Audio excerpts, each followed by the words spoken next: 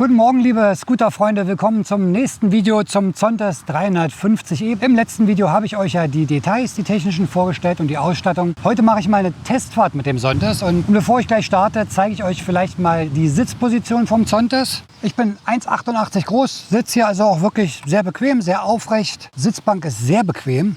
Also die ist nicht zu fest, ist schön gepolstert. Dann habe ich diese schöne Lendenwirbelstütze hinten, wo man sich schön reinlehnen kann. Dann kann ich natürlich die Füße auch nach vorne machen. Lenken auch kein Problem, komme überall gut vorbei. Der Lenker ist verstellbar, den könnte ich jetzt noch ein kleines Stück in meine Richtung bringen, aber ist so wunderbar, passt gut. Auch die Beinposition hier, schön cruisermäßig, wie es bei vielen Rollern ist, kann die Beine schön nach vorne machen, nach hier, ein bisschen weiter nach hinten. Also Sitzposition auf den ersten Eindruck sehr gut. Ich teste gleich mal die Sozius-Sitzposition.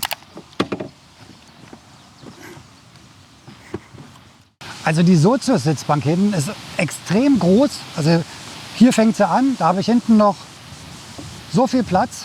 Kann das auch nach hinten rutschen. Also ich habe extrem viel Raum auf der Sitzbank.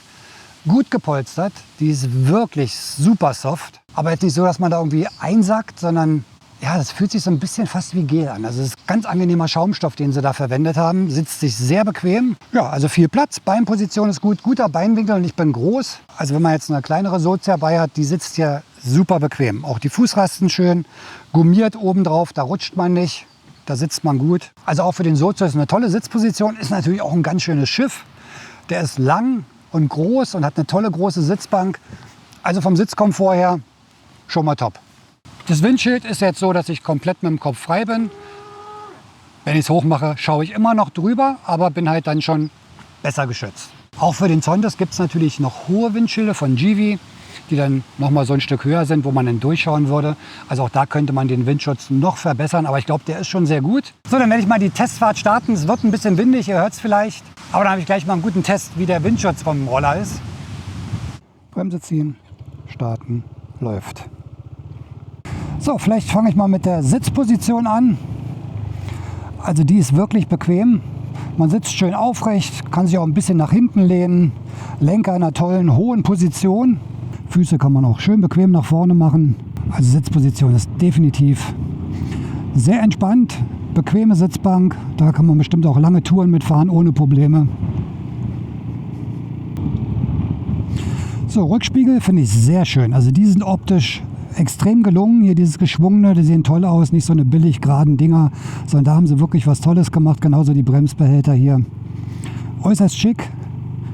Man hat gute Sicht nach hinten. Meine Arme sind kaum im Blick nach hinten, lassen sich gut einstellen. Also auch die Spiegel gelungen, schöne Form. Windschild schaue ich jetzt komplett rüber. Das Display ist gut sichtbar. Jetzt in der Tageinstellung in hell. Alle Informationen, die man braucht, gut im Blick. Reifendruck, Tank ist voll, momentaner Verbrauch. Kann ich gleich mal gucken, wenn ich jetzt anhalte. Also ihr seht jetzt, wenn ich fahre, hier unten, da ist jetzt der aktuelle Verbrauch. Und in dem Moment, wo ich anhalte, zeigt er mir den Durchschnittsverbrauch an, also momentan 3,7 Liter. Sehr praktisch. Wenn ich dann über Mode hier durchschalte, dann habe ich hier meine Reichweite 472 Kilometer. Also das ist natürlich gut zum Touren. 16 Liter Tank, 472 Kilometer Reichweite. Bin im Eco-Modus, das kann ich jetzt umschalten auf Sport. Ob da ein Unterschied merkbar ist, weiß ich noch nicht. Werden wir gleich mal testen.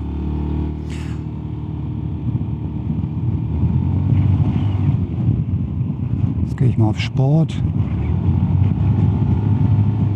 Ja, vielleicht ist die Gasannahme ein bisschen anders. Soweit ich das gelesen habe, schaltet der sowieso in den Sportmodus ab einer gewissen Drehzahl.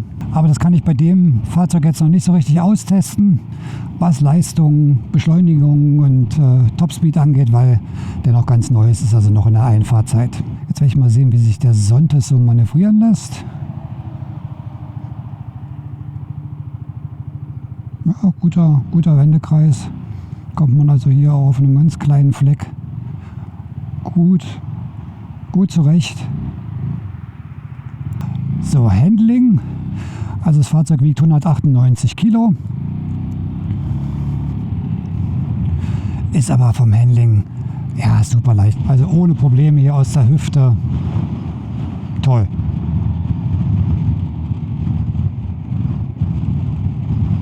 So, ich teste auch gleich mal die Bremsen. Auch da muss ich, wie gesagt, noch ein bisschen vorsichtig sein. In der Einfahrzeit sollte man da nicht zu sehr rumschrubbeln gleich. Also aus 50. Zack. Ja, auch super. Jejuan sind sehr gute Bremsen. Die werden ja auch bei dem Vogue und bei BMW verbaut. Ableger von Brembo.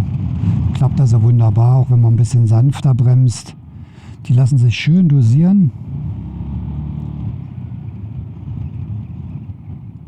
Hinten, die ist sogar noch ein bisschen knackiger als vorne. Also vorne, die ist weicher, lässt sich aber schön dosieren.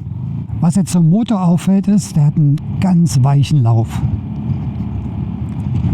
Ganz ruhig, butterweich. Also ein ganz angenehmer Motorlauf. Auch kein Rasseln, kein Klappern von der Vario. Ganz angenehmer Sound auch vom Auspuff. Schöner, tiefer Sound. So, Federungskomfort. Ich fahre mal hier einen kleinen Feldweg. Sollte der ja auch können. Mal gucken, was das Fahrwerk so macht bei solchen Strecken.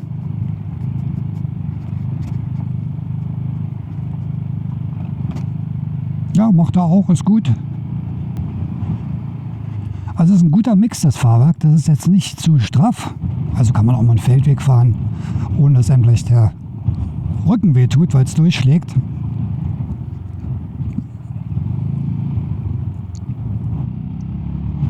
Das Klicken finde ich übrigens gar nicht so schlimm. Das ist jetzt auch nicht aufdringlich. Ist ein bisschen wie beim Auto. Unterm Helm hört man es auch relativ wenig. Aber man hört es und erinnert einen sozusagen immer dran. Achtung, Blinker ausmachen.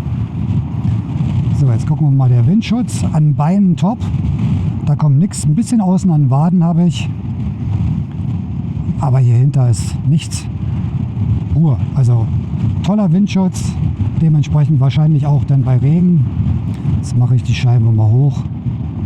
Ja, merkt man auch gleich viel besser. Viel weniger Geräusch am Helm. Ich gucke knapp noch drüber. Je nachdem, wie groß man ist. Ja, also fährt sich wirklich gut, muss ich sagen. Also für den Preis hätte ich jetzt nicht gedacht. Ich bin ja wirklich nun schon fast alle gefahren, von Honda bis BMW, den X-Max und Sim bin ich auch gefahren. Ich muss sagen, der steht da in nichts nach. Also gerade auch zum BMW, da finde ich, ist jetzt kein Unterschied zu fühlen, wo man sagt, oh, das ist jetzt spürbar, dass der nur die Hälfte kostet, sondern das ist ein super Fahrverhalten. Aber hier so in Kurven rein, butterweich, sehr sicheres Verhalten. So, jetzt können wir mal ein bisschen beschleunigen.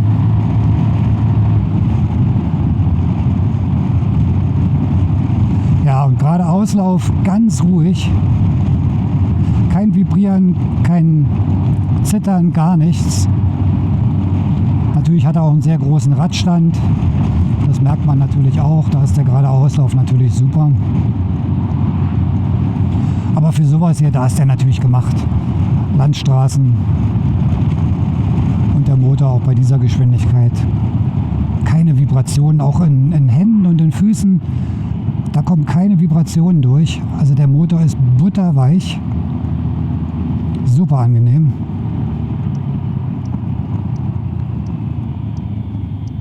Ja, und die Bremsen lassen sich schön dosieren. Also toll gemacht. Hinten die ein bisschen bissiger, vorne die ganz weich zu dosieren. Zieht aber trotzdem gut.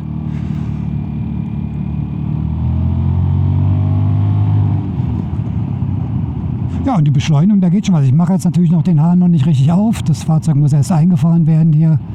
Das möchte ich jetzt ungern hier gleich ans Maximum bringen. Aber man merkt schon 37 PS. Ich gehe mal kurz auf Sport.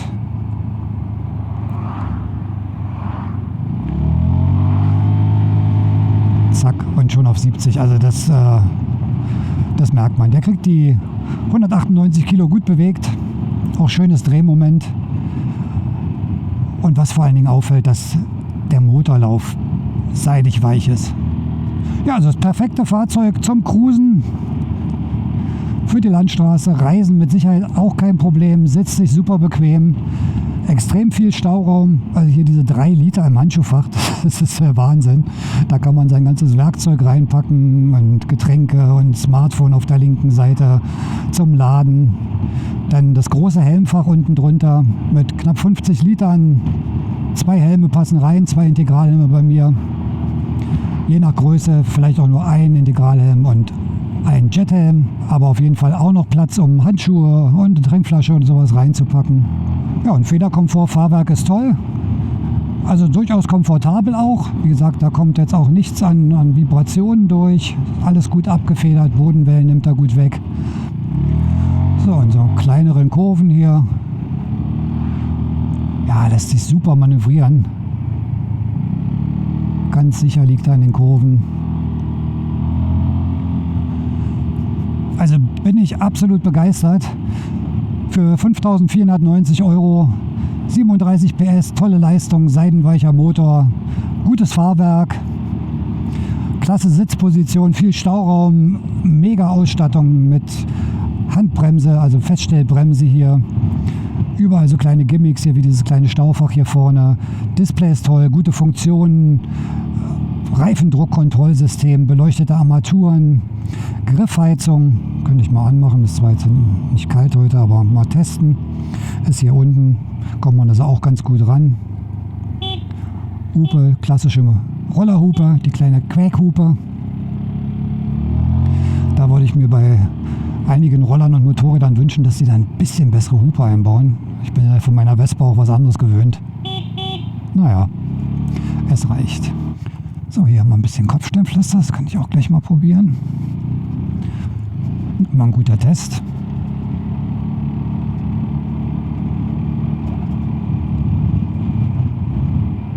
Ja, federt er gut weg. Also man merkt, er ist schon ein bisschen auf der straffen Seite auch, also was gut ist fürs Fahrverhalten. Wenn er zu weich wäre, wäre es auch nicht gut. Aber qualitativ auf jeden Fall so hochwertig, dass solche Unebenheiten hier gut wegfedert.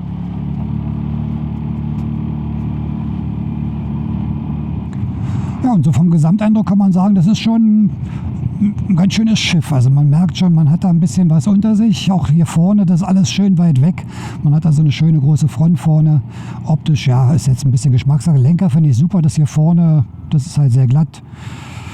Ja, ist halt viel Platz, aber das kommt natürlich auch so ein bisschen durch die großen Handschuhfächer. Da muss natürlich dann auch viel Raum sein. Der ist ja vorne auch sehr lang und spitz zugehend. Aber die Optik vorne mag ich schon sehr. Sie erinnert so ein bisschen von diesem Spitzen vorne an den Bergman, finde ich. Wobei man sagen muss, dass der hier, also Burgmann kostet glaube ich 8.200 oder 8.400, also schon ein heftiger Preis, dass der hier fast 3.000 € billiger ist. Dazu noch mehr Leistung hat, mehr Ausstattung. Also ich glaube, der Sontas 350e, das ist schon eine Kampfansage an den Rollermarkt. Ich glaube, da werden die viele Fürsprecher finden. Oh, hier ist schön windig. Weil der wirklich so gut wie alles bietet. So, und Verbrauch sieht auch gut aus. Also jetzt hier bei 90 bin ich bei 3,2 Liter. Ist natürlich auch immer so die Idealgeschwindigkeit, so 80, 90.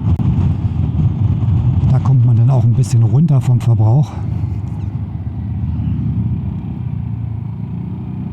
Ja, also mein Fazit: Fahrverhalten sehr gut, sehr sicher, souverän, guter Komfort, guter Federungskomfort, trotzdem aber eine gute Straßenlage, also auch straff in Kurven, dass man da gut durchfegen kann.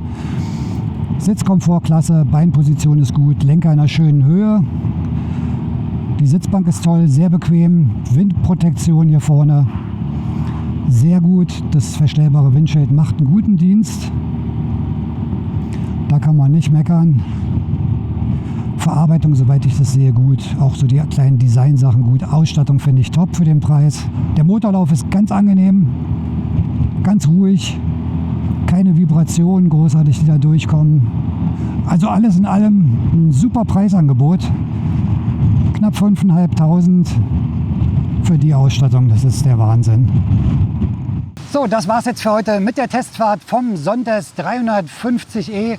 Super Scooter, fährt sich wirklich toll, kann ich durchaus empfehlen, gerade für den Preis mit der Leistung und der Ausstattung.